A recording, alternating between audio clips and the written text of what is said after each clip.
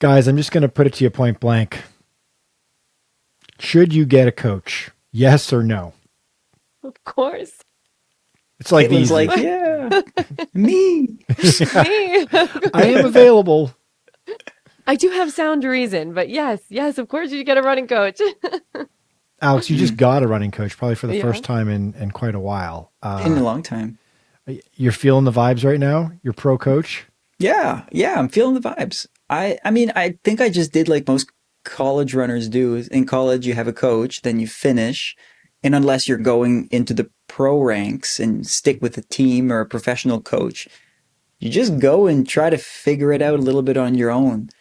And I found some success in doing that, so I think I would latch onto that for years afterwards and think, well, I know how to pull it off, but my issue is I was getting injured a whole lot. So yeah, a coach. I mean, if you listen to this podcast now, you're well versed into my coaching story. Is that one of our greatest listeners is John LaFranco, who's a coach here in Canada, and he listened to the pod. He sent me a message. He says, "You don't have a coach? Let's talk." And then we had a coffee chat. Long story short, he became my coach. So for about a month now or so, we've been working together, and he's helped me actually build from zero running, coming back from injury, to like little workouts this week, as I mentioned. So yeah, so far I'm pro coach. So far.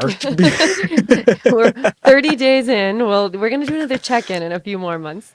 We'll see how he does after a race or two. Yeah. Yes. Yeah, but no, it's been good. I mean, we'll get into this, but it's just it's nice to have that accountability. Not that I was not gonna do my runs, but it's nice to just like communicate them with someone and just send a message. Okay, this felt pretty good. Oh, it felt crappy today. I don't know. It's nice, especially when you're usually training on your own. Yeah, let's talk about that. Like, it's not just a you don't need to just have a coach because it's something that we're telling you, like, oh, you should absolutely have a coach. Like, let's give some reasons why. So accountability obviously is a big one, right? Somebody, you've got a sounding board. It's kind of like having an adult in the room. There's someone kind of overseeing what you're doing, making sure you're not going to get too carried away, or if you're not pushing yourself hard enough to like kind of give you that motivational nudge towards maybe making sure you get out there and running the program, that sort of thing. What are some other reasons why having a coach is a super valuable idea for a runner of any level? Yeah, I think, of course, everyone knows I'm a running coach, but I have also always had a running coach. And I think, so I'm also thinking of it from that side, because I'm not my own coach. I mean, that is a terrible idea. I think, I think that's a really bad idea, because then I'm just going back to, if I'm coaching myself, even though I'm a trained coach, then I'm still going to do the same things that I would do if I didn't have a coach. So it kind of, I've always had a coach. And I think what I probably like the best is that I obviously, will have a training plan, personalized, done for me, tailored to my specific goals, my schedule, my level. If anything happens during that time, things can be adjusted all the time.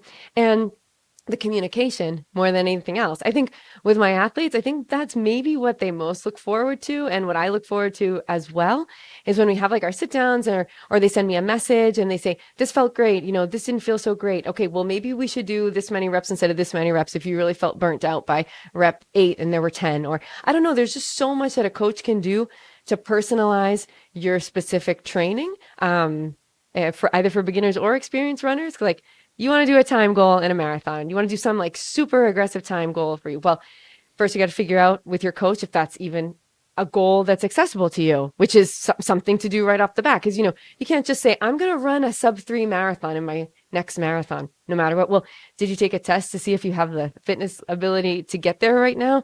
Do you have the base training for that? Do you have the speed? Do you have the endurance? So, kind of like having the coach help you figure out the goal and then reach the goal. And then totally, on the other side of it, someone who's just starting out, like Alex was saying, like maybe you would do too much too fast, or Michael said you do too much too fast, or you wouldn't push yourself hard enough. So someone who's there all the time to kind of figure out all those ins and outs and just make it absolutely personalized for you. I think that's kind of like number one. Yeah. Somebody who offers also can kind of come to you and say, here is my philosophy, my approach. Here's the structure that I provide. Here's the plan we like to use. I've been doing this for X number of years. We've had this level of success with different athletes. And and here's the ideas, the science behind how I program this training. Yeah. And, obviously if you're a newer athlete, you may not have newer to running, you may not have that experience. So you don't know what's going to fit and what's going to work for you and what's not, but at least you can have that confidence that this person knows what they're talking about and has had some success with other athletes.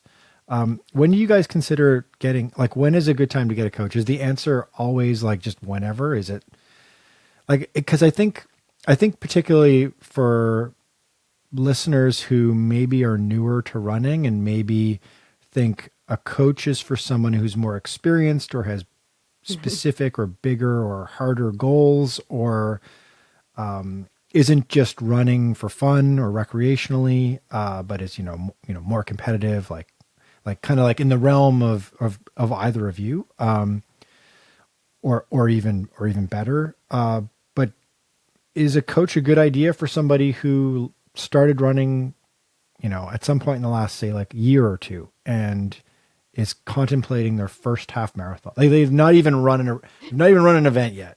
No, I mean, Michael, thinking about a first half marathon, about 4 of my athletes right now, or my runners right now, are learning to run with me.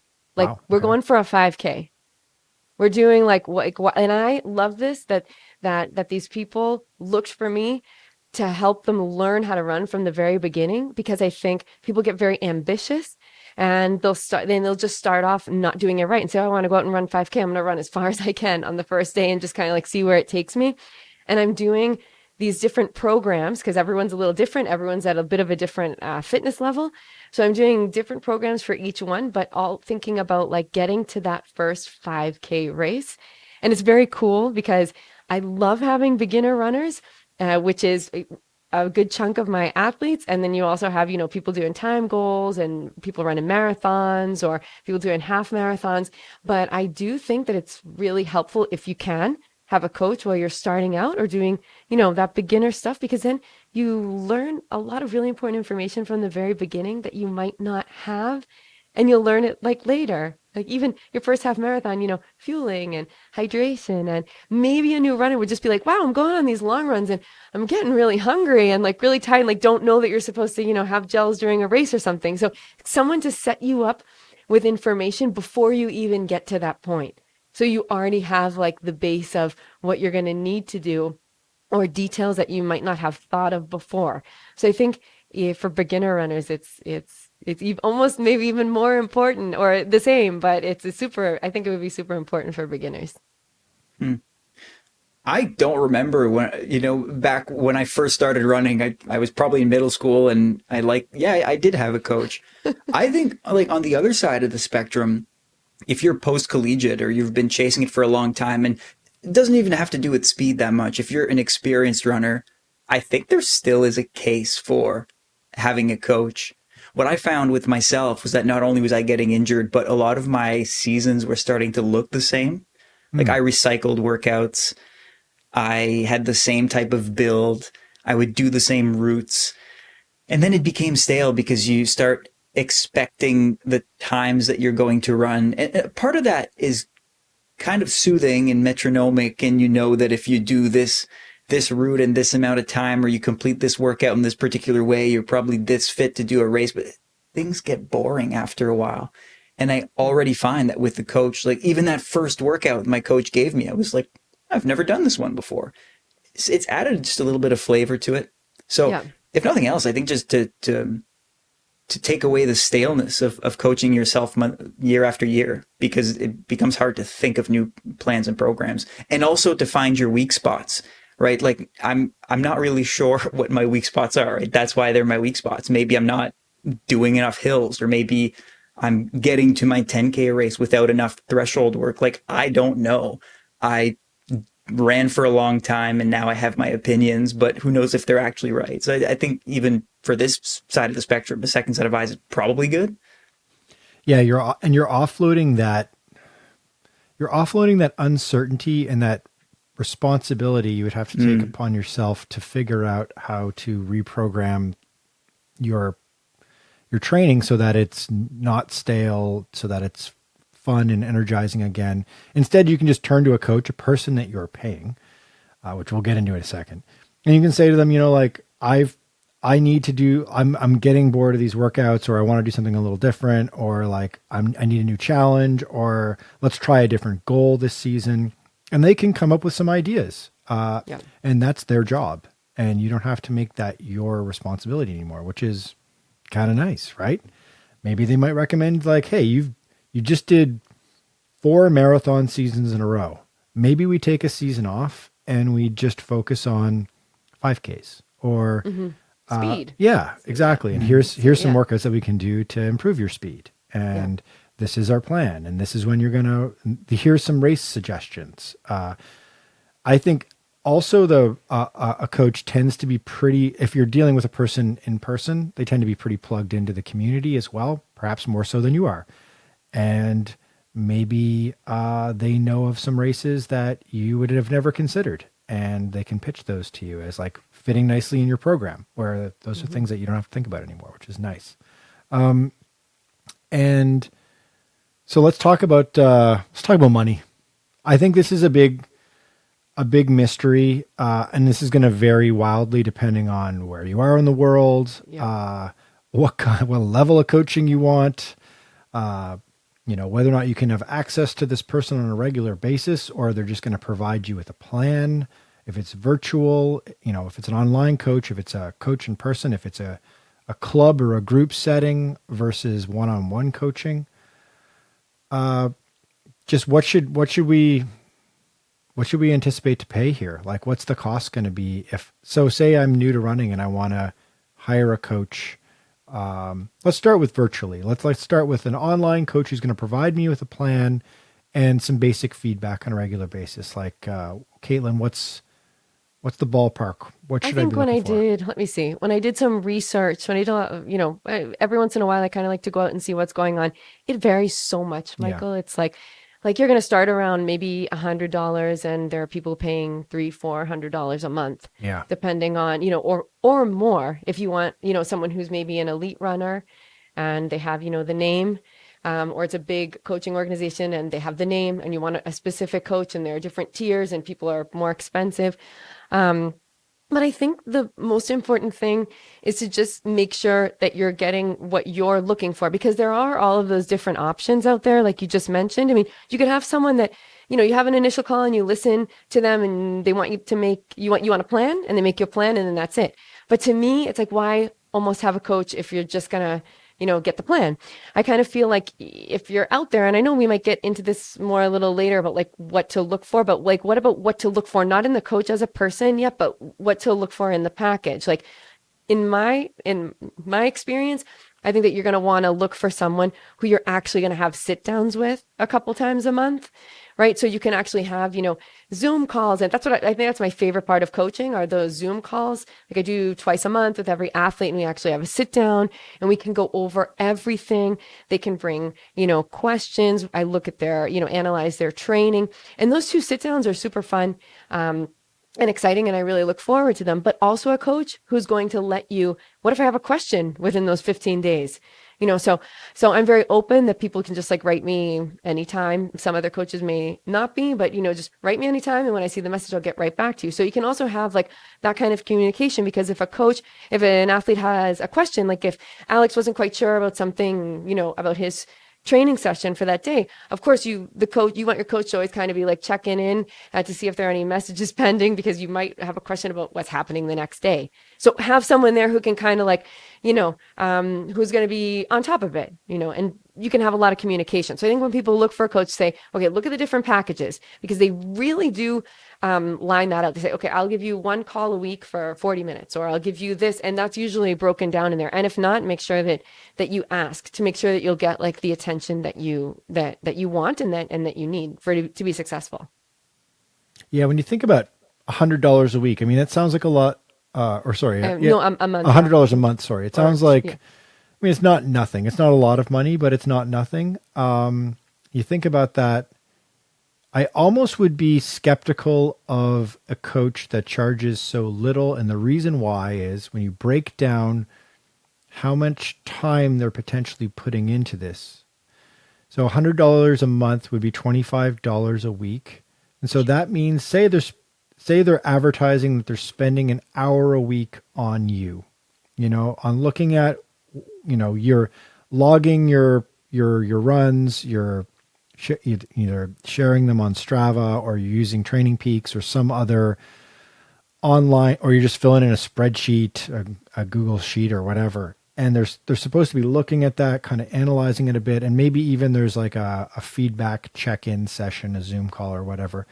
$25 an hour is not very much money for a highly skilled individual. So Exactly. I would almost be like wondering, like, what's this person all about if they're charging me that little? Yep. Now the flip is if they're charging you a significant amount of money, you have to ask yourself, is this worth it? And it better be, right? Especially if it's at the way higher end of things. So in-person coaching versus online coaching, does it even matter anymore? Has like in the in the post-COVID Zoom era, are we all good with online coaching? Is it equal? What do you guys feel? How do you? Yeah, to me, it's fine. I mean, like, again, if I were looking for form improvements and someone to tell me what to do with my arms, if I was a total beginner, maybe I would gravitate more towards in person.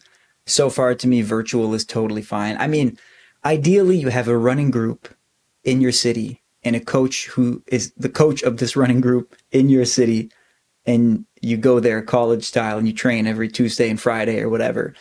But I don't think that's the reality for most people. And to me, virtual has been working well so far. As long as there is that quick, clear connection that I can feel like after my workout, I say, hey, this hurt today. What should I do about this? And then you have an answer before tomorrow. With that, to me, virtual is fine. Yeah, I think, it's kind of funny because thinking about that we're going to talk about coaching today, like I do both, which is, the virtual athletes that I have has worked out really, really well. And I feel it's funny. I feel like I spend almost more time with them one-on-one than I do with, if you've listened to the podcast, you know that my husband and I have a running club in Costa Rica, a trail running club. The people that I train online, it's mostly or all right now road running. But the difference is that, we get together here Tuesday mornings and Wednesday mornings because we have it in different parts of the country. So different days, my husband goes and gives classes in different areas. And so that is nice because you have the group is together. They motivate each other during the workouts. The coaches are looking at you. My husband's there and he's, checking out the form and looking at cadence and just anything that might be a red flag. And they're kind of like motivating the runners. We see them on two long runs a month. And so that's kind of fun. It's a very also social atmosphere, like a wonderful social atmosphere where people have made, plenty of friends. And I think I've mentioned husband and wives out of this, like couples, that's what I wanted to say. Couples have sprouted from it. And so it also has like that social aspect of it. But I feel like the worlds are helpful, successful, but very different. So you've got that where you actually get to see people, but the one-on-one virtual, I do almost feel like I connect even a little more personally because I'm not with a big group with everyone all the time. It's like that one-on-one time. And if I do, often when I have new runners, I do like to ask for specific videos. So that's kind of a workaround for the form thing. Like if I just to see something, because running form is very sort of, there's a lot of debate over how much form matters, but obviously a big red flag, over striding or like a very strange arm swing. Like I can see those things in videos and mention them to my athletes online. So that's helped me a lot too. Technology today has helped with that kind of stuff. But I think it's more of like the social, being in a group atmosphere. If that's what motivates you, then looking for a group, I think would be really helpful. Yeah, I would say one little last piece to that is ask the a prospective coach how many athletes they have, and if they have more than, I don't know, like if they have a lot of athletes and they don't have other coaches working with them and they're claiming to you like, no, I'm going to like dedicate 1 hour, 2 hours a week to you, you got to do the math in your head. And you're like, they've got 75 athletes and they claim they're going to dedicate 2 hours a week to me. It's like, do the math. No. That doesn't make any sense unless they don't sleep. So I would be careful of that. So that leads me into the next question, which is, when you're seeking a coach, how do you go about knowing that they're going to be the right fit? How do you vet them? Is it okay to ask them for references? How do you know they're qualified? Like, how do you know they're legit? Because there's a million coaches out there, especially in the recreational running world. I think there are a lot of coaches for recreational road runners in particular, but also trail as well, where like, do they have a whole lot more experience than just your average runner that's been running for, say, 10 or 15 or 20 years? Maybe not. Like, so how do we know that this person's like a coach you should be handing money over to on a regular basis? I think we're lucky here in Canada that Canada's a big country geographically, but population wise, it's much smaller than the States. And you get to a point where you know people who know people. So for me, what's worked well is non-official references, but just asking people. I don't think I would have hired a coach who hadn't coached anybody that I had ever heard of. I need to know of someone who's gone through the process. That's worked for me. In the States, that's probably a lot harder, I'm guessing. Yeah. I would say a starting point would be ask for credentials, qualifications, if they've taken some coaching courses. Yep. And then I'd ask, how long they've been doing this for. I would ask for references. Like, I don't think you should be embarrassed to say, you would do it in any other hiring practice, right? Mm-hmm. Yeah, absolutely. Yeah. Ask them for references, a couple of athletes, past or present, that they've coached. Maybe ask them what their philosophy is, even if you don't know yourself, ask them and see what they say, and then you can Google it afterwards. If they're like, I'm a big believer in the Lydiard method, it's like, okay, I don't know what the Lydiard method is, but you can Google that and you'll discover who Arthur Lydiard was. And like, if they say they're a believer in the Lydiard method and you're trying to train for a marathon, it's a good starting point. But yeah, you can do that. You can ask to speak to some of the references. You can do a trial, maybe, that sort of thing. I think it's totally fine to ask for those things. Yeah, I think there are two parts to this. I think that there's, their credentials and the references of athletes, or hopefully even they found you through another athlete, which has happened to me a lot, which is really nice, because then you're like, okay, well, someone told you to call me specifically and you just didn't find me somewhere else. But other than that, you want to make sure that not only do they have the credentials and that they have good references, but they're the right fit for you. And I think that like what I like to do with athletes that are or runners that are thinking of training with me is I always like to do that initial Zoom call so they get to know me. They say, no strings attached. Like, let's chat, figure out if you like my philosophy, my method. If you feel like I'd be the right person for you, I can tell you a little about me. You can tell me a little bit about you. What's your goal? And we can kind of see if they would be a person who would be interested in working with, my type of personality or my type of coaching method. And maybe they need someone who's a little more tough love than I am. I don't know if you guys can tell, but you wouldn't expect too much tough love, I think, from me. Unless we're on the running trail, right? Unless you're my competitor. Yes, then there's no love then out it's there. all elbows out. Yeah. We've heard of the dark side of Katelyn. That's right.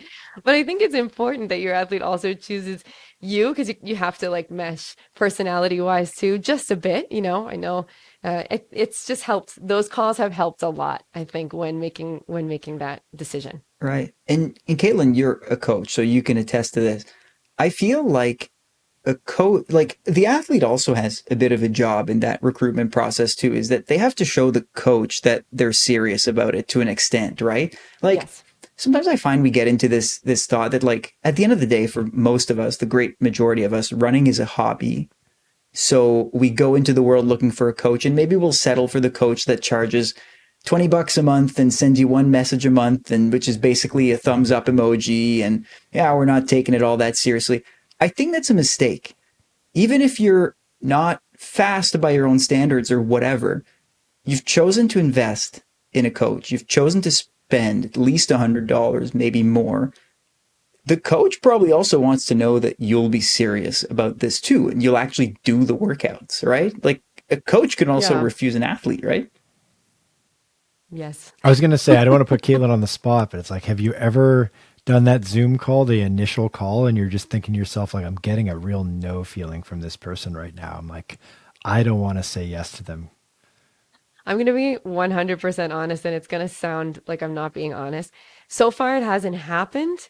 Like, I haven't had a initial conversation with someone and I'm like, oh no, I really wouldn't like to train this person. It's actually been like, I always get off the phone and I turn to like, and I'm like, wow, that person was so nice. I think this is going to be so much fun. Like, it hasn't happened yet. Now, while training athletes over a bunch of time, there have been moments where I'm like, okay, Why did I take this person on? is it time to break up? Oh, that's a great way to kind of to put a bow in all of this is like, how do you break up with if it's not working out, right? You just don't feel like maybe they don't have enough time for you, or the personalities aren't meshing, or you've lost faith in their program. How do you break up with your coach? I literally, as a coach, and that if this were to happen to me and someone needed to break up with me, I would say I would rather them be honest and tell me like, this method, or I just really feel like it's not working for me. Like, yeah, of course, not everyone, at least I don't have the personality where I'm just going to be like, oh yeah, no problem, whatever. Of course, I'm going to feel a little disheartened. Like, okay, well, I wasn't a great match for this person for some reason, but I prefer them to be honest about it, and maybe I can even kind of lead them in the right direction. Like, they're like, no, I want someone a little meaner, who's gonna, heckle me when I'm, I don't know, like something, some people like a lot of pressure maybe, and they would say, maybe you don't push me hard enough, or I don't know, I think I push people, but maybe you don't push me hard enough, or I need this, and yeah, might feel a little like, okay, but I think I would understand. I know I would understand, and I would rather someone like it, but it's got to be hard. I mean, if I had to break up with a coach, I would feel horrible about it. So I guess it's got to be tough. What about you guys? Well, yeah, I feel like before breaking up with a coach, I feel like it could be like a rash thing to do if you're not running well or if you're getting injured. Yeah. It's like, I don't know if either of you, I know Michael is a hockey fan. The NHL is notorious for that. As soon as a team stops winning, they fire the coach. It's always the coach. Mm-hmm. I would like discourage runners to fire a coach real quickly, because you do have off seasons. Yep. If it comes to the point where you really think the coach is the issue or you're not meshing, first ask yourself why you think that is. And when you've come up with a pretty solid answer and you're convinced that the coach is somewhat in the way of what you want to do, well, then you have to be honest about it. And either it's, listen, I don't want to take running seriously anymore. I want to go to in another direction. I need to take some time for myself, see what I want to do. But don't do a wishy-washy thing. Don't court other coaches. While I knew of some guy back in the day who had two coaches and was weighing out the other both training plans and doing every single run from both coaches. I have encountered this as well. I have encountered this in my own training group in the past, where someone was had a little side action with the side coach, and they were doing the it's like the buffet style training plans. Like, I like a little of this one and a little of this one, and it's like, that's not the idea of a training plan. It's not how it works, friends. Yeah. Yeah. I would say that if you're thinking, if things are not going well, look in the mirror first and ask yourself some tough questions about, did you follow the plan? Did you really follow the plan? Not just the numbers, but even the, like, if it's supposed to be an easy run, did you actually run easy, or you run a little too hard on the easy days? And is that the reason why you ended up burned out and didn't perform in your goal race in the end? Like, ask yourself these tough questions before you blame it on somebody else. But in some cases, it's just not a good personality fit. And I think that coaching is as much therapy as it is totally guiding someone through a program to become a better runner. It's also working with them and their fears and their anxieties and their confidence or lack of confidence, and talking them through the emotional, psychological challenges of distance running. I think it's a huge component of it. And that is where Yes, it is. maybe things work or don't jive between two people. It definitely needs to be a good personality fit as well, which is something you only find out over time, right? Mm-hmm. Yeah. Now, Michael, you've carefully danced around the question that at some point we were going to send your way so we have a Slack where we plan these conversations before talking. Yes. We don't just show up and talk. And we're like, coaching would be a really nice topic because Katelyn, you are a coach. Alex, I've just hired a coach, and Michael, you're self-coached. And then Michael goes, what I do is not exactly Nope. self-coaching. And so I'm wondering, are you like Ryan Halling this? Are you coached by the spiritual forces, or what's happening here? Yes. Please do tell. I'm Expand coached by on the that. G_D. No, I just feel it every day. I wake up and I say, what should I do today? Just tell me, No. tell higher power, tell me what I should do. And it's like, No. 10 miles easy. I'm like, yes, another 10 miles easy. It's been 46 10 miles easy days in a row. No, actually it's more complex than that. I basically exist within it's sort of like an anarchist collective. You guys are gonna be like, okay, I'm gonna have to Google this now. The Ryan Hall method's starting to sound pretty good to Yeah, me. it is. It's so I am part of a training group. It's a group of like-minded individuals who we now all have quite a bit of experience distance running, many years of experience of distance running, and we build a program together, and we all have feedback and input into how the program is going to look. There's one guy in particular who has got a coaching background. He's done some coaching certification. He's older than the rest of us. He's the guy who he's the group elder and is very experienced distance runner and endurance athlete, and also a total science of sport nerd as well. He's the guy who's going to spend the time reading about double threshold workouts and whether or not there's something that's applicable for someone of our ability level and that sort of thing. And basically before every season we get together, we talk about the training plan, what went well, what didn't. We provide our input. We make changes if necessary. We modify, and we try as much as possible to stay in sync in terms of our training for the following season. Now, this is a group that I've been a part of for over 10 years now, and I was in a club system before where there was a coach and a club, and I was running in a larger running club here in Toronto, and that was great too. Being part of a club is great as well. But we sort of broke off and started doing our own thing. Our numbers have dwindled over the last 10 or 12 years because we're all roughly the same age and life catches up to you. You've scratched the itch of those goals maybe and moved on from running at a certain point, or you've had kids and they've taken you away. I know I was sort of pulled away from being really focused on running for a few years when my kid was really young. Or you just age out for some of the people that were a little bit older in our group. So our numbers have thinned out over the years, but there's still a core group of guys that I run with, and we do the same thing. And we basically have been developing this program for a decade that really works for us and has produced a lot of really great results. So I'm not self-coached. And also this group works as a feedback, as I was going to say feedback loop, but that's probably not the correct. They work as an echo chamber. Where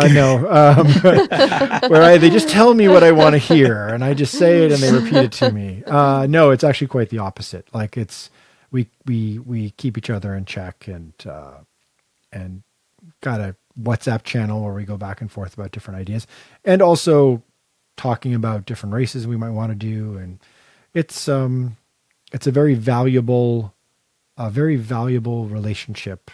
And I've developed really deep friendships with these people as well over the years and trust them deeply. So if I have questions or concerns or uncertainty, going through this weird point in your life, you're in your 40s and you're thinking about when is the end? As an example, like I was talking yesterday, it's a little name drop here. I was talking to the Canadian Olympian Melindy Elmore yesterday. Her and I are the same age, and she's 44. She's running in Paris. She's the only woman representing Canada in the marathon this Olympics. Unfortunately, it would have been awesome if there were 3, but it's just her. Yeah, she's amazing.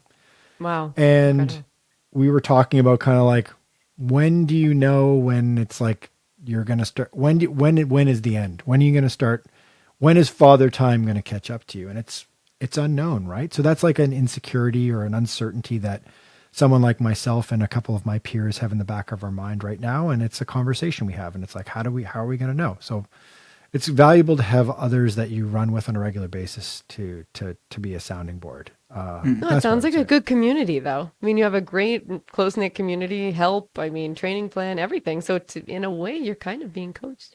Yeah, totally. I mean, there's been different personalities over the years, and some of it's been oil and vinegar, and some of it's been pretty awkward and not worked out with certain people. And that's just any sort of micro society, right? Right. Yeah. So. But it's like a college team 20 years into the future, which I think a lot of runners try to recreate, that camaraderie of not just running by yourself, but running with a group of people. Yeah. And that's some of the best, nice. The best runs that I've had is with a group. I mean, we probably didn't entertain such existential questions, but we became tight nonetheless. You will once you get to my age. Once you start realizing that there's no turning back, you've got to just keep marching dark, forward. Alex. Oh God, I'm so scared. It gets dark. Yeah. You got a ways to go. Don't worry. It's a dark world out there, Alex. All right, guys. I think we have more than covered the coaching. I think the takeaway is, if you don't have one, get a coach. What's the worst that could happen? You waste a couple of bucks and you experience a different training plan than you would have, put yourself through. And best case scenario, it's PRs left and right. It's a great, healthy dynamic with a new group of people or a new individual. And you learn some things about running along the way.